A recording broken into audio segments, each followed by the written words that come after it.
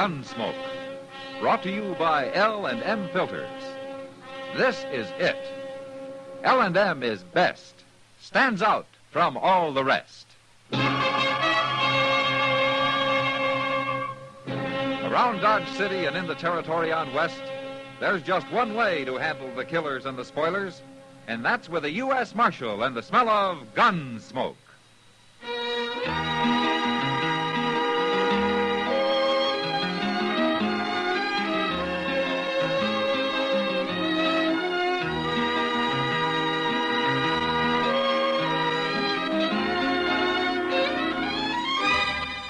Gunsmoke, starring William Conrad.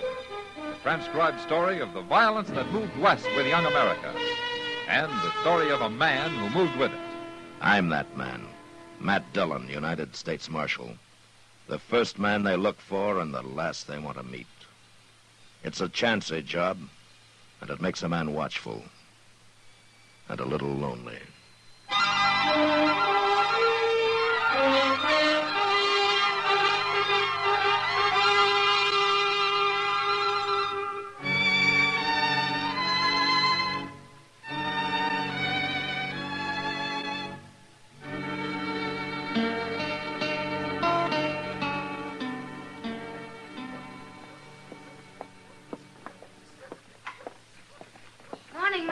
Well, hello, Kitty. What are you doing out so early? Well, you're not very observant. Look at me. Huh? Oh, it's a riding skirt, huh? I've been clear out to Sand Springs and back before breakfast, too. Alone? I like to ride alone. And, Matt, I jumped a herd of antelope. There must have been 100 of them. That was too bad you didn't have a gun. Shoot one of them, never. Well, I've seen you eat antelope often enough, Kitty. Oh, that's different. Well, you couldn't have packed one back anyway. Makes a horse pretty wild sometimes. It wouldn't the horse I was riding. I think he was sound asleep the whole way. Matt, why don't you come riding with me some morning? Me? Mm-hmm. Go riding for pleasure? Why not? You know, Kitty, I took this marshal job to keep out of the saddle. You know, there was a time I was beginning to think I forgot how to walk. You're plain lazy, that's what. All right, I'll go with you sometime. But I won't promise to leave all those antelope steaks running around loose out there. I'll scream. You won't get anywhere near them. Yeah, I'll bet you would, too. Sure. Hey, Mr. Dillon? Mr. Dillon? Oh, morning, Miss Kitty. Hello, Chester. Say, you've been out horseback riding, Miss Kitty. Chester, someday you're going to make a woman very happy. I am? Matt didn't even notice my riding skirt. He didn't? No. Well, you came up here in a big rush, Chester. What's it all about? Oh, it's Earl Haney, Mr. Dillon, the fellow that banks the faro table over at the Long Branch. Yeah, I know him. Something happened to him, Chester? It sure did. Sam Noonan went out back when he come to work this morning, and he found Haney laying there. Somebody's busted his head open. Is he dead? Not yet, but he don't look good, according to Sam. Well, is Doc there? No, sir. Doc went out to the Tewksbury Ranch. He left a note on his door saying he won't be back till afternoon. Sam come to the office and told me about it. You better go see him, Matt.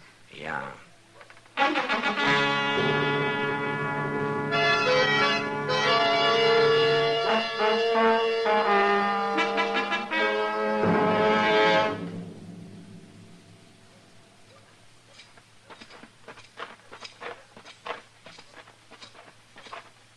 There he is.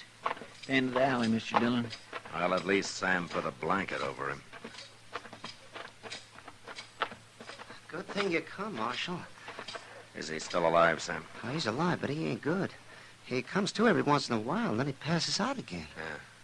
He say anything about what happened? Well, I didn't try to make him talk, Marshal. You any idea what happened, Sam? Oh, no. Last I saw of him was early this morning, about 4 o'clock. I left him counting the money at his faro table, alone. He's coming to, Mr. Dillon. He just moved. Yeah. Haney? Haney, can you hear me? It's Marshal Dillon. Marshal? Yeah. Who did it, Haney? Who was it? Slugged me with this 6-gun. Kept hitting me. Who? Tall fella. He come in when I was alone. took my gun. All the money. Well, what did he look like, Haney? Besides being tall. Real tall. Red hair. Hey, look at there. He's passed out again. He keeps doing that, Marshal.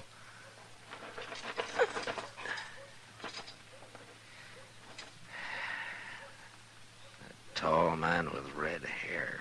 I don't know who that'd be. Jim Bostic's got red hair. Who? Bostic. I think I know him. Yeah, sure you do, Mr. Dillon. He's always sitting around gambling over at the Alafraganza. Day and night he's there. You stay here with Sam, Chester. All right, sir. I'm afraid there's not much you can do for Haney except watch him die. I'm going after Jim Bostic.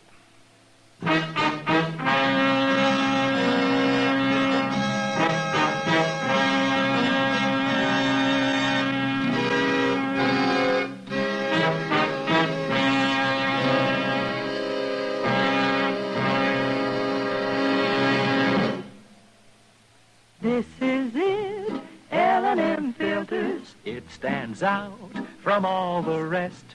Miracle tip, much more flavor. L&M's got everything. It's the best. Yes, filter tip smokers, L&M is best. Stands out from all the rest. L&M stands out for flavor. Flavor. Flavor. Flavor. The Miracle Tip draws easy. You enjoy all the taste. And notice how mild it is. L&M stands out for effective filtration. Filtration. Filtration. Filtration. No filter compares with L&M's pure Miracle Tip for quality or effectiveness. L&M's got everything. L&M, light and mild. America's best filter tip cigarette.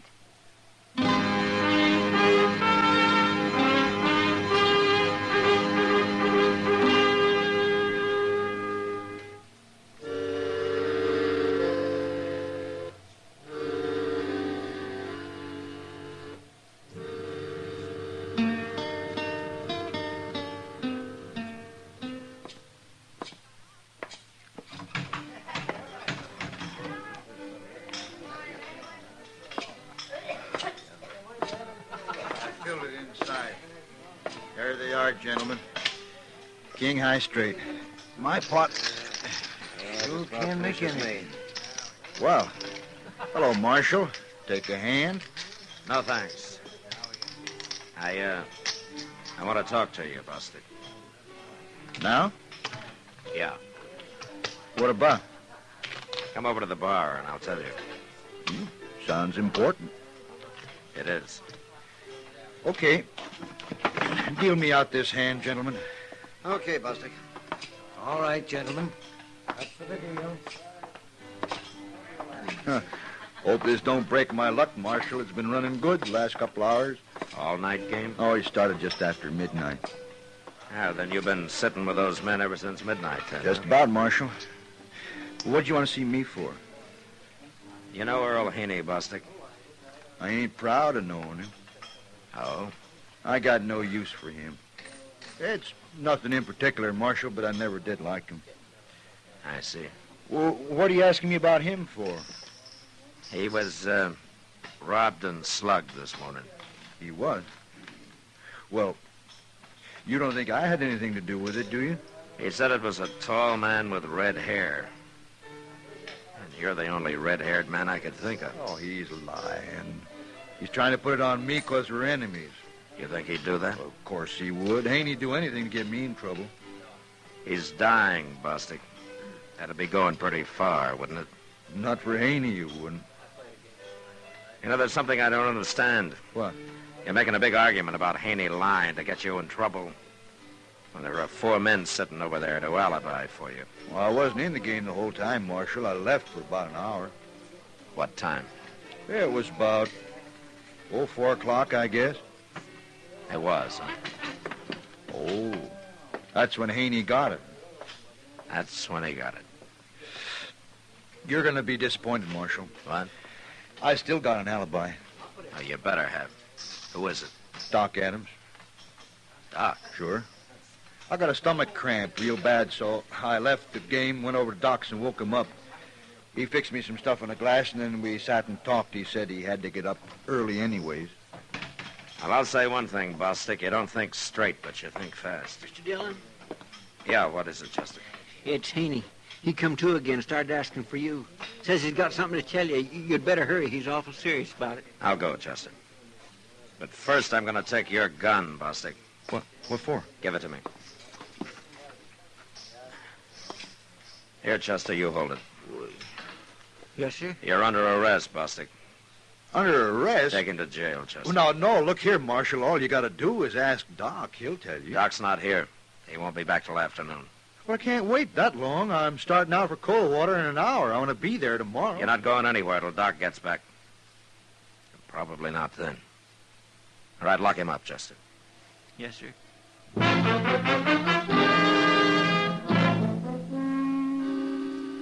When I got back to the alley where Haney was lying, I found Sam had pulled the blanket up over his face. He'd come to for the last time. And whatever it was he wanted to tell me, I'd never know. Sam and I carried him inside. Then Sam sent for a wagon to take him out to Boot Hill. We had to wait for over an hour. And when it finally showed up, we loaded Haney onto it, and they drove off. I stood in the street and watched them for a minute or two. Then I walked over to the jail.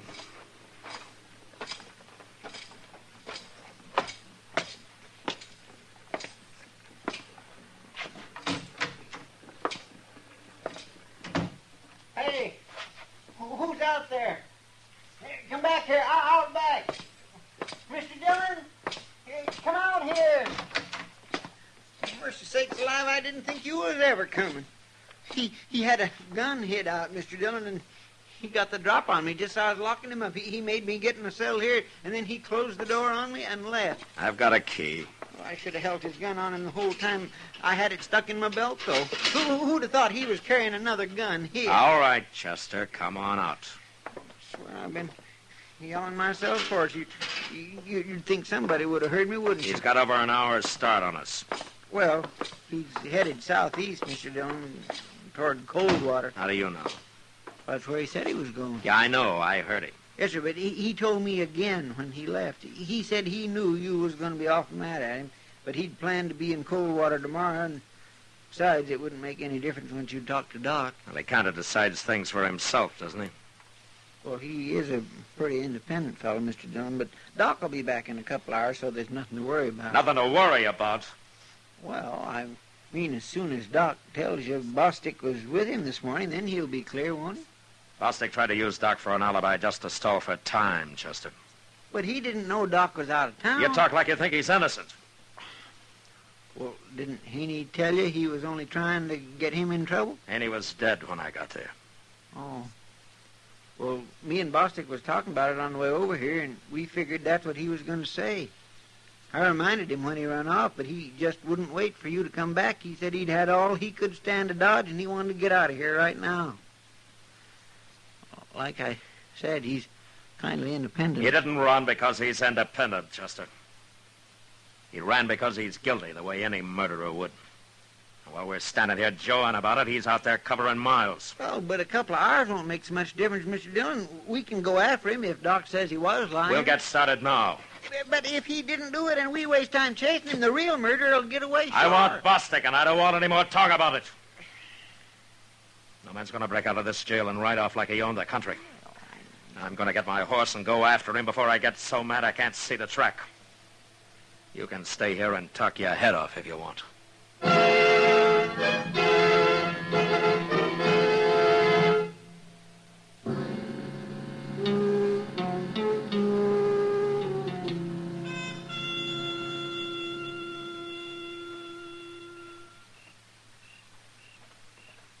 The horse is okay, Chester. Oh, mine got tangled up in his tire rope, the darn fool. That's what all the stomping around was about. Oh, my. I sure do wish we could have a fire to sit around tonight. No, we can't risk it, Chester. From the sign on Bostic's trail, I think we almost caught up with him before it got dark. And unless he's riding all night, he might be camped within a mile of us. Oh, well, I didn't mean it seriously, Mr. Dillon, about having a fire. Honest, I didn't. I was only talking. I Now, wouldn't... take it easy, Chester. It's not you I got mad at today. It's Bostic. Yes, sir. Hey, you, still think I was wrong not waiting to talk to Doc, don't you? Yes, sir. I do. Well, I guess that's why they have generals in the Army. Somebody's got to make the decisions. Sure. I was sure wrong about one thing, though. Oh? I wish I'd allowed us enough time to tie on a couple of blankets. It's going to be a cold night. Yeah, especially without a fire. Well, at least we got a sack of jerky. Jerky will keep a man warm just chewing on it. A plate of hot pinto beans will keep 'em a lot warmer. All mixed up with chili peppers, like they do down on the Bravo. Oh, my goodness, I'd give most anything I know for a pot of that right now. You know, anybody who likes food the way you do ought to be a cook, Chester. I was a cook once. Oh, is that so? Where? In the Army. Back in '65, the spring Richmond fell. But I quit. You quit? Oh, I don't mean I quit the Army. I quit cooking. Oh, why? Supplies ran out. We had to take to foraging for our grub. It's a funny thing. You join the Army to be a soldier, and you wind up being a chicken thief. Well, I can think of a lot of men that wouldn't bother. Well, to tell you the truth, Mr. Dillon, stealing food come kind of easy to me. I didn't have no conscience at all about it. What's that? It's not one of our horses. It's too far off. Now that's closer. He's coming this way. There's one of ours answering him. Listen.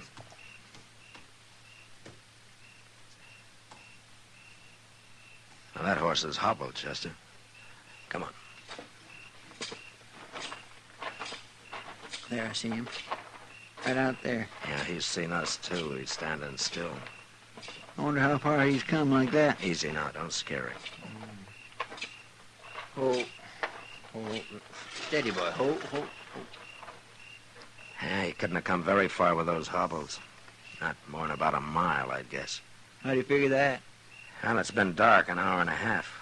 Whoever was riding him unsaddled about then. Let's tie him up, Chester, and we'll go back the way he came. You're thinking it's Bostic's horse. And I'm sure hoping it is. I'd hate to surprise an innocent man into a shooting out there.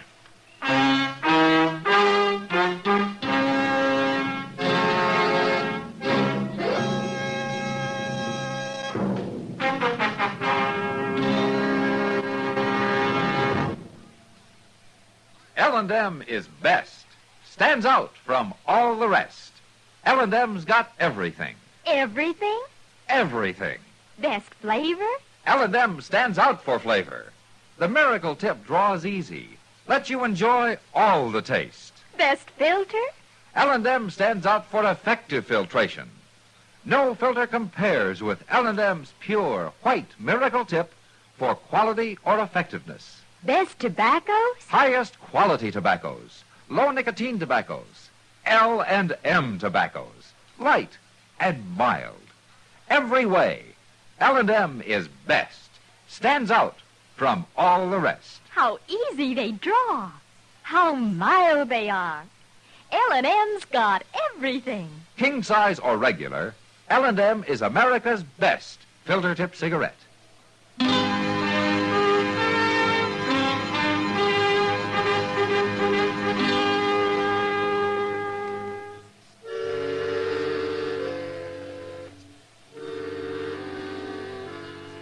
We unhobbled the horse and tied him up, and then started off across the prairie on foot.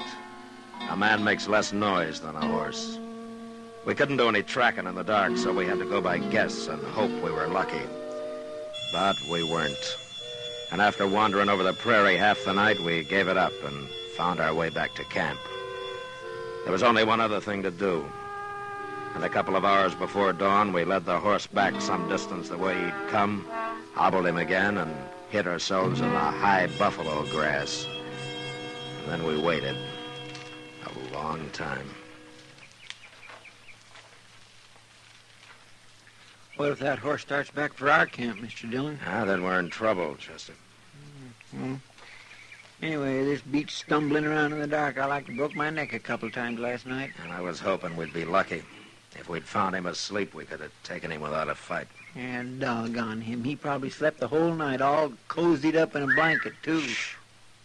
Quiet, Chester. Yeah. Well, that's him. He's whistling for his horse. Well, he's wasting his breath. That horse isn't going to move. How are we going to take him? You stay on your belly. I'll stand up first. Quiet now. You danged animal. How'd you get so far from camp? I'll tie you up next time. Hold still now. I'll get these hobbles off here. Stay down now, Chester. All right, throw him up, Bostic. They're up.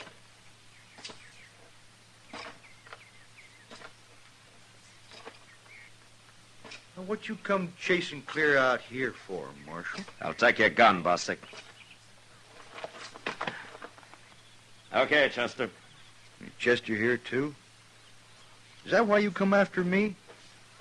I didn't do him no harm, Marshal. Oh, Bostic. I didn't hurt you one bit, did I, Chester? Well, I don't understand this, Marshal. Of course, maybe I shouldn't have run off when I'd been arrested and all, but I don't like being cooped up. Besides, I want to get out of Dodge. I'm tired of it. Bostic, I don't know whether you're half smart or plain crazy. But we'll find out when we get back to Dodge.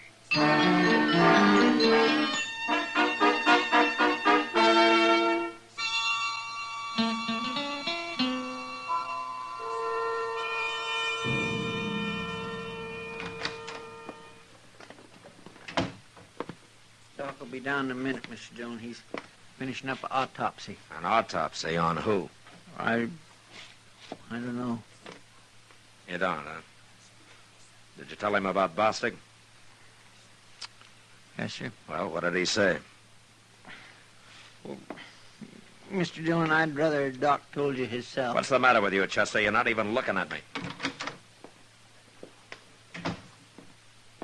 Hello, Matt. Hello, Doc. Well, I've got a feeling Chester left it to me to tell you. To tell me what? Ken Scholes got killed, Matt. Well, who's he? He's the faro banker that was hired to take Earl Haney's place. Oh. He got killed and robbed the same way Haney did, Matt. Same time, everything. Any idea who did it? He didn't live as long as they tell me Haney did, but Sam got a few words out of him. He said the bandit came up behind him, so he never saw his face. But before he hit him, he started bragging about how he hadn't planned to push his luck again. But with you out of town, it was easy. He said he was riding off right away and never coming back.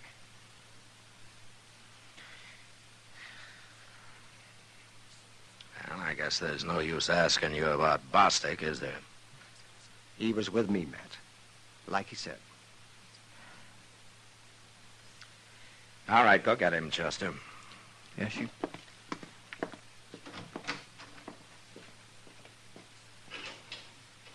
Now, Matt. It's okay, Doc.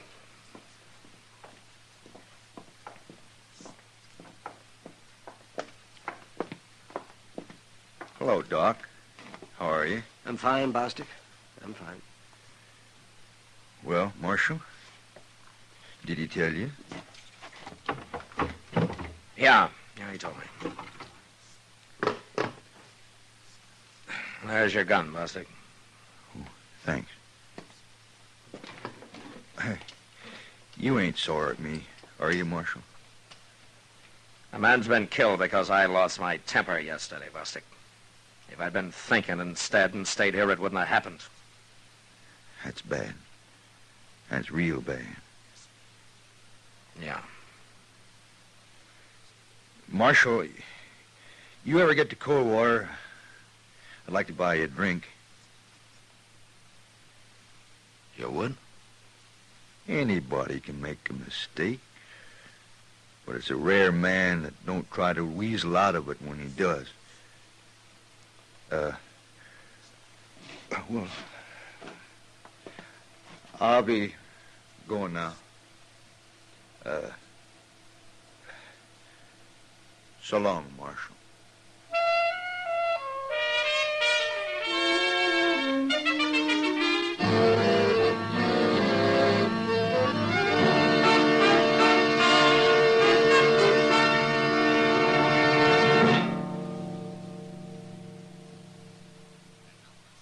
And now our star, William Conrad. Thank you, George.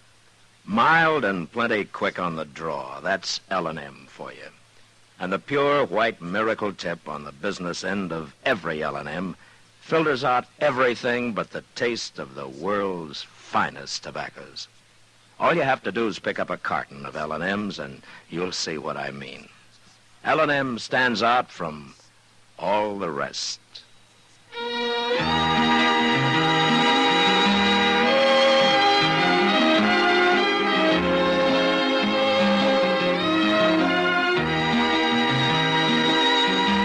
Gunsmoke, produced and directed by Norman McDonald, stars William Conrad as Matt Dillon, U.S. Marshal. Our story was specially written for Gunsmoke by John Meston, with music composed and conducted by Rex Corey. Sound patterns by Tom Hanley and Ray Kemper. Featured in the cast were John Daner, Luke Krugman, and James Musser. Harley Bear is Chester, Howard McNear is Doc, and Georgia Ellis is Kitty.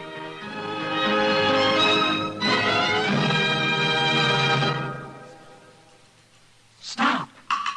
Start smoking with a smile with Chesterfield. Smiling all the while with Chesterfield. Put a smile in your smoking, just give 'em a try. Light up a Chesterfield, they satisfy. Put a smile in your smoking. Buy Chesterfield. So smooth, so satisfying. Chesterfield. You'll also enjoy Chesterfield's great radio shows. Perry Como sings all the top tunes on CBS Radio every Monday, Wednesday, and Friday.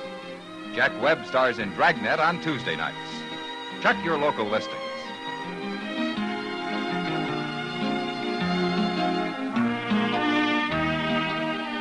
Remember, listen again next week for another transcribed story of the Western frontier when Marshal Matt Dillon, Chester Proudfoot, Doc, and Kitty, together with all the other hard-living citizens of Dodge, will be with you once more. It's America growing west in the 1870s. It's drama. It's Gunsmoke. Brought to you by L&M Filters.